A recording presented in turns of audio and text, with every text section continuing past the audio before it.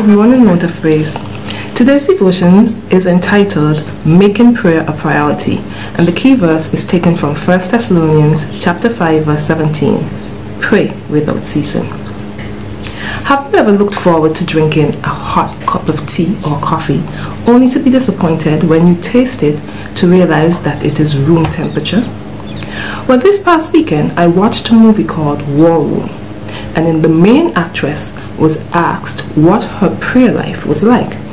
She responded that it was somewhere in the middle, neither hot or cold. To emphasize the point, her co-star gave her a cup of coffee that was room temperature, and the dissatisfaction that she felt in the coffee not being hot was very evident. It made me reflect on my own prayer life, and for me, although I pray every day, I couldn't honestly say that I was at the level that it should be. I was able to identify with the actress in the movie in terms of that middle ground, gray area that we all sometimes find ourselves in when it comes to our prayer life. There are many legitimate reasons which we may have for not prioritizing prayer, including our busy schedules. However, the reality is, just as we schedule in our calendars or set reminders on our phones for other activities, whether they be doctor's visits or school activities for the children, spending quality time with God is even more important and should therefore get a greater level of commitment to set aside the time to spend in prayer. In the Bible, we see a similar analogy referred to as being lukewarm. Lukewarm is defined as something that should be hot, only being moderately warm or tepid. This is found in Revelation chapter 3 verses 15 to 16 in a letter to the church at Laodicea. We see God saying, I know thy works, that you are neither cold or hot. So therefore, because you are lukewarm, I will spit you out of my mouth. Although this reference is speaking to the overall spiritual condition of that particular church, the relevance to the prayer life of us as Christians is very applicable. God is not pleased when we put others, or worse, things, ahead of Him.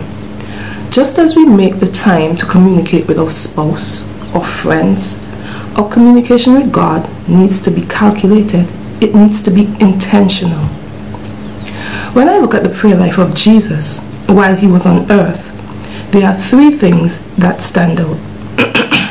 Firstly, He prayed often.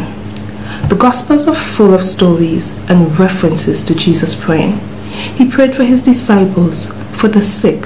He prayed when He was tempted. He even prayed when He was dying on the cross. Like Jesus, we are admonished to pray without ceasing. There are also other references instructing us to pray often. Philippians 4:6 says, Be anxious for nothing, but in everything, by prayer and supplication, let your requests be made known to God. And in Luke 18 verse 1, it says, Men ought always to pray and not faint. Secondly, Jesus usually went to a solitary place to pray. In Matthew chapter 14 verse 23, we see Him sending the crowd away and staying alone to pray. Although corporate prayer is necessary, we like Jesus need that one-on-one time with God. We cannot pour from an empty vessel. We need that individual renewal to be able to function within the body as God would have us to. Thirdly, prayer was a necessity for Jesus.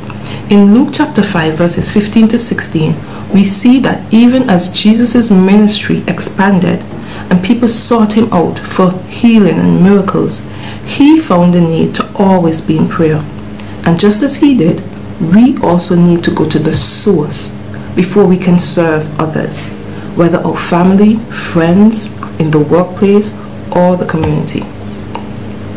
Prioritizing prayer is even more necessary given the times in which we live. It puts into perspective the nature of the spiritual warfare which we are engaged in and gives us the power to fulfill God's purpose in our lives. It is not a one-way street of us asking or even just giving thanks.